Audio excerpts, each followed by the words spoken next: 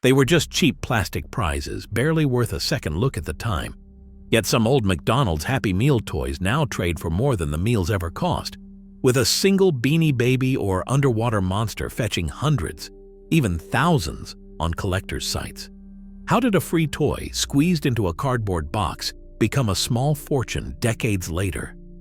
There's a hidden story behind those childhood treasures, one that transformed fast food giveaways into coveted time capsules. Let's uncover the real value behind the toys you thought you'd forgotten. Back in 1979, McDonald's was just starting to figure out how to turn a simple kids' meal into something unforgettable. Among the very first wave of Happy Meal toys, the underwater monsters stood out. These weren't based on any movie or TV show, just a handful of wild, rubbery sea creatures dreamed up by the in-house team. They came in bright colors and oddball shapes with bulging eyes or spiky fins, each one feeling like a tiny mystery pulled from the deep. For a lot of kids, they were the first toy they ever got with a burger and fries. There was no checklist, no set to complete, just the luck of the draw and the thrill of opening the box to see which monster you'd get. Most of these ended up at the bottom of toy chests or lost between couch cushions, but a few survived. These days, collectors will pay up to $593 for a pristine underwater monster, especially if it's still sealed in the original bag. It's a reminder that even the quirkiest, most random ideas can become gold if you wait long enough. Funny how a toy nobody recognized back then has become one of the most valuable pieces of Happy Meal history. Makes you wonder what other forgotten treasures are still hiding out there. In 1983, something changed in the world of Happy Meals. Instead of another oddball creature or puzzle, kids pulled out a die-cast Hot Wheels car, real metal, real wheels, and the Mattel logo stamped on the bottom. For a lot of kids, this was the very first collectible car they ever owned. Some came in wild colors you couldn't find in stores, with names like Fire Eater or Upfront 924, and every model felt like a miniature trophy. McDonald's didn't just hand out toys, they teamed up with Mattel for a national rollout, turning the Happy Meal into a gateway for serious collecting. The partnership was a win for both sides. McDonald's got the cool factor of a brand that already ruled the toy aisles, and Mattel introduced Hot Wheels to millions of new fans, many too young to visit the toy store on their own. Suddenly, trading cars at school or racing them down the kitchen table became a Happy Meal ritual. Some kids tried to collect the whole set, others just wanted that one elusive car with the perfect paint job. These days, a full set of those original 1983 Hot Wheels in mint condition can fetch around $875. Even single cars, especially rare color variants or factory misprints, can bring in $100 or more. What started as a freebie with fries is now a collector's prize, and the first taste of real brand name power in the Happy Meal box.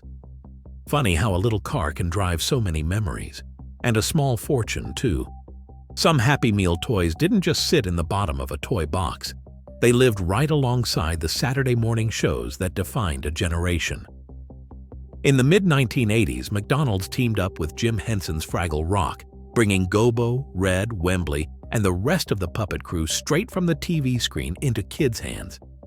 Each figure was a tiny tribute to the magic of the show, bright colors, wild hair, and all the charm of the Fraggles themselves. For a lot of kids, these weren't just plastic souvenirs. They were a chance to keep the adventure going, even after the credits rolled. Back then, the crossover felt like a big deal. Fraggle Rock was more than just a cartoon. It was a world where anything seemed possible, and suddenly you could bring that world to the dinner table. The figures were simple, no moving parts, just solid, chunky plastic, but they had real personality. Gobo's tuft of orange hair, Red's confident pose, Wembley's wide-eyed wonder. Each one sparked a little piece of the show's spirit. Most of these toys were played with until the paint wore off, but the ones that survived, especially in perfect, unopened condition, have become some of the most valuable Happy Meal toys around. Collectors now pay $400 to $485 for a single mint Fraggle, and full sets with original packaging can fetch even more. It's proof that childhood memories, especially the ones tied to a favorite show, can end up being worth a whole lot more than anyone ever expected. Funny how a plastic puppet from a burger joint can outlast the show itself. In 1987, Happy Meal boxes started hiding something new. Plastic burgers, fries, and shakes that didn't just look like food, but snapped, flipped, and twisted into robots. These were the Changeables. At first it was almost magic. A carton of fries with tiny hinges, a milkshake cup that split open to reveal a silver robot face. The gimmick was simple, but for kids, it felt like a leap into the future. You'd press on a hidden tab, and what looked like a quarter-pounder would suddenly sprout arms and legs. No batteries, no stickers, just clever little joints and a satisfying click as everything locked into place. The Changeables rode the wave of the late 80s transforming robot craze, but they weren't official Transformers. McDonald's own team, working with contract toy makers, dreamed them up. They had to keep costs down, so engineers focused on sturdy hinges and chunky parts that could survive 100 flips. Each piece was stamped with the year, 1987, 1988, 1989, or 1990, and the McDonald's logo, but never a Hasbro mark. Still, every kid who loved robots wanted the full lineup: Frybot, Big Mac, Happy Mealodon, and the rest. These days, the Changeables are collector gold. A full set in mint condition, still sealed in the original bag, can sell for $100 to $200 or more.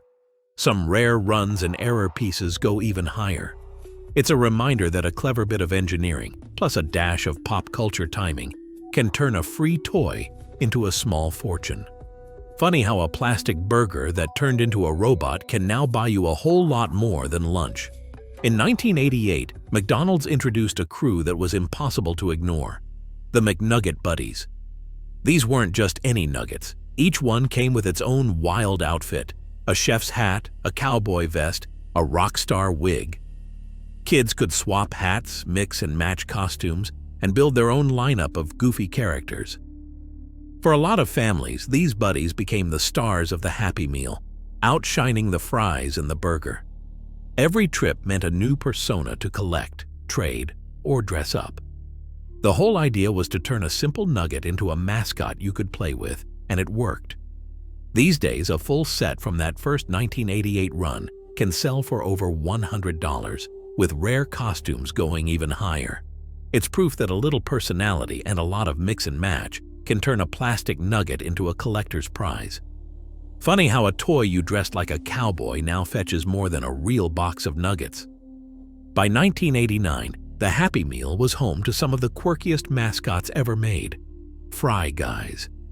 These little puffballs came in neon colors, with fuzzy hair and big googly eyes that begged to be squished and squeezed. Born from the McDonald Land commercials, they bounced from TV screens straight into kids' hands, instantly recognizable and impossible to ignore. For a lot of families, Fry Guys outlasted the fries themselves. Stuffed in coat pockets, lined up on dashboards, or traded with friends for that perfect color combo. Their playful look and soft texture made them a favorite, and collectors haven't forgotten. A complete set once sold for $512.23 in Australia. Not bad for a handful of fuzz and plastic. Funny how a mascot meant to sell fries now sells for more than a week's worth of Happy Meals.